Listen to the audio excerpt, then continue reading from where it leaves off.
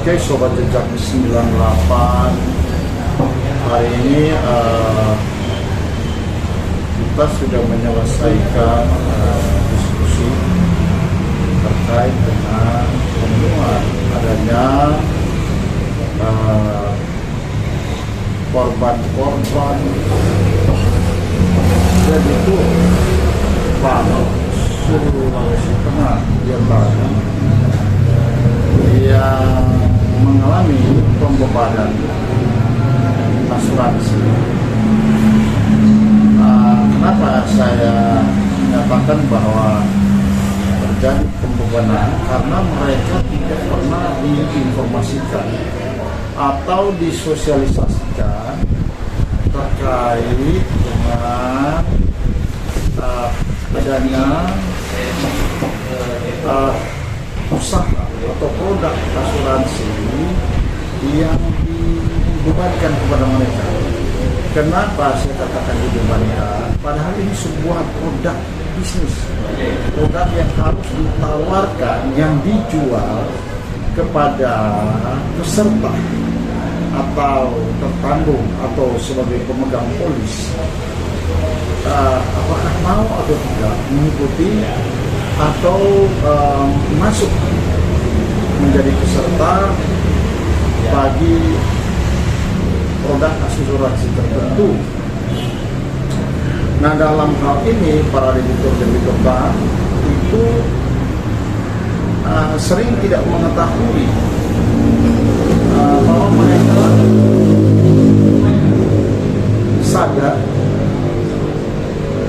telah mengikuti satu produk usaha tertentu.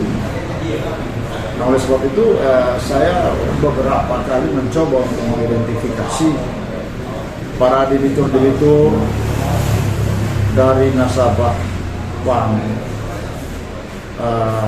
Sultan di sana, menyatakan, apakah kalian tahu nggak kalian menerima potongan asuransi? Mereka menyatakan, iya, kami tahu ketika kami melakukan permohonan pinjaman, lantas dipotong untuk item-item tertentu yang salah satunya adalah asuransi. Nah, kalau kalian tahu bahwa ada potongan, kalian tahu tidak tentang manfaat atau untuk apa produk ini kalian kalau kalian gunakan.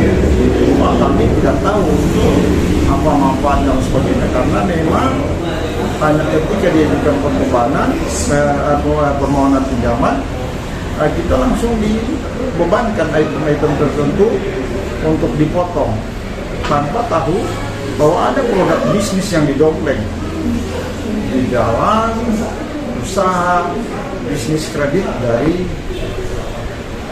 perbankan tertentu. Nah, pemirsa Jejak 98, saya mau sampaikan dari temuan itu, kami kemudian melakukan diskusi, mengundang para pihak dalam hal ini PT Askrindo maupun PT Askrida untuk mengikuti tentang diskusi terkait dengan klarifikasi yang kami lakukan secara terbuka bahwa apa yang dipersoalkan Pak debitur ini. Nah, kami sudah konfirmasi, mereka menyatakan tentang benar mereka mengakui ada kerjasama, bahwa benar mereka punya produk usaha asuransi tertentu, bahwa mereka melakukan kesepakatan dengan pihak bank, dan pihak bank lah yang katanya berhubungan dengan pemegang polis.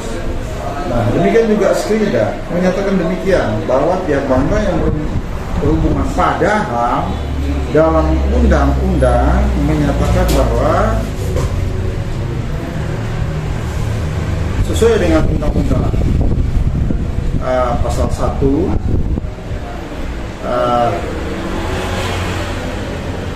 tentang perasuransian nomor 40 tahun 2014 menyatakan bahwa asuransi adalah perjanjian antara dua pihak, yaitu perusahaan asuransi dan pemegang polis, yang menjadi dasar penerimaan premi oleh perusahaan asuransi. Sebagai imbalan tertentu, mereka kemudian diberikan pergantian tertentu sebagai tertanggung, kemudian memberikan pembayaran atas meninggalnya tertanggung. Nah, namun ini yang disayangkan, informasi ini tidak diberikan atau disampaikan kepada pengawal polis. Padahal undang-undang yang lain menyatakan pada pasal 31 ayat 2, agen asuransi, pialang asuransi, pialang reasuransi dan perusahaan-perusahaan dan perusahaan pengasuransian wajib memberikan informasi. Nah, kenapa mereka tidak memberikan informasi? Demikian juga agen asuransi atau pialangnya. Nah, ini kan lucu. Nah, artinya ada kesepakatan semua yang diduga agar nasabah ini atau debitur ini tidak mengetahui bahwa mereka sudah dibebani dan seperti apa manfaat dan kewajibannya, mereka tidak tahu. Nah, ini mungkin celah ini yang dimanfaatkan, ketidaktahuan debitur ini mereka manfaatkan untuk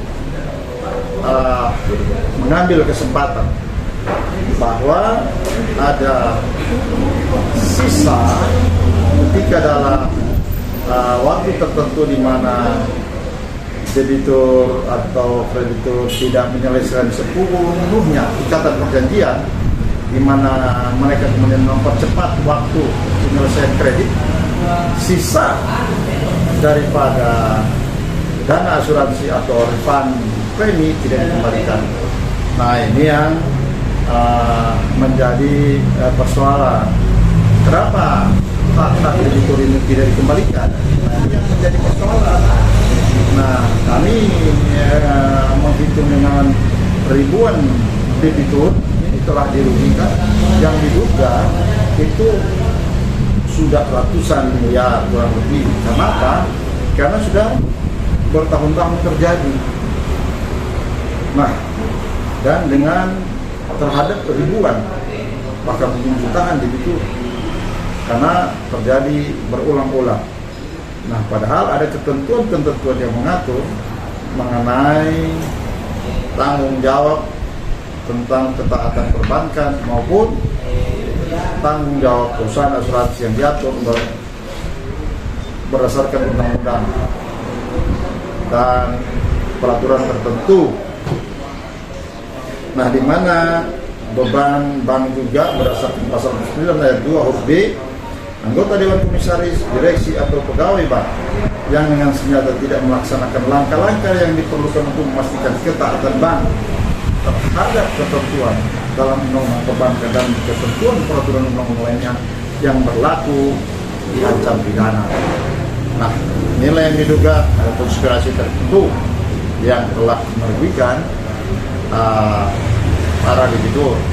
Nah, oleh sebab itu kami telah kemudian melakukan pendalaman, melakukan pengkajian atas proses kajian pertama, dan kajian kedua ini kami tetap memberikan ruang akan melakukan undangan yang berikut untuk mengklarifikasi tentang siapa sebenarnya pelaku dari konspirasi semu, mafia perbankan kah atau mafia asuransi. Oke, saya Hendrik Piuru melaporkan dari Palu, Provinsi Sulawesi Tengah. Semoga ini menjadi pelajaran bagi usaha-usaha para debitur agar benar-benar tahu tentang hak-hak dan tanggung jawabnya, sehingga kemudian ini tidak menjadi celah permainan para mafia bank dan mafia perasuransian. Salam sehat.